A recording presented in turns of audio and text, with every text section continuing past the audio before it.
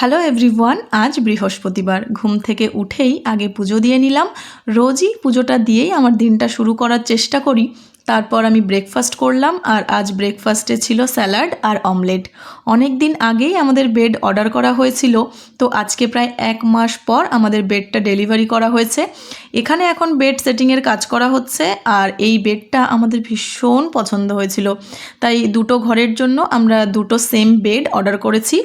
তো তার মধ্যে তো এখানে একটা চলে এসছে, আর একটা আসতে একটু দেরি হবে, তো তারই অপেক্ষায় আমরা আছি। এখানে আমি দুপুরের খাবারটাও বানিয়ে নিলাম। আজ করেছিলাম মোরলা মাছের ঝাল, মাছের মাথা দিয়ে মুগ ডাল আর মোরলা মাছ ভাজা। খেয়ে দিয়ে আমি 1 প্যাকেট কড়াইশুঁটি নিয়ে বসেছিলাম। কাল বিকেলে এগুলোকে নিয়ে এসছি। এগুলো ছাড়িয়ে ফ্রিজে স্টোর করে রাখবো। কিছুদিন পরে কড়াইশুঁটির যা দাম হবে, পুরো আগুন। আর এর আগের দিনও না আমরা 2 কিলো নিয়ে এসছিলাম, সেটা ছাড়িয়ে অলরেডি ফ্রিজে স্টোর করা হয়ে গেছে। টিভি দেখতে দেখতে আমি সমস্ত কড়াইশুঁটি ছাড়িয়ে এখন চলে এসেছি ছাদে। জামাকাপড়গুলো নিতে এসেছি। সমস্ত জামাকাপড় শুকিয়ে গেছে, আর এখন তো গরমও পড়তে শুরু করেছে, রোদের যা তাপ। তারপরে সন্ধ্যা পুজো দিয়ে আমি চলে যাব জিমে। আজকে থেকেই আমি জিম জয়েন করলাম, দেখি কদিন কন্টিনিউ করতে পারি। জিম থেকে ফিরে আগে রাতের রান্নাটা সেরে একেবারে ফ্রেশ হতে চলে গেলাম।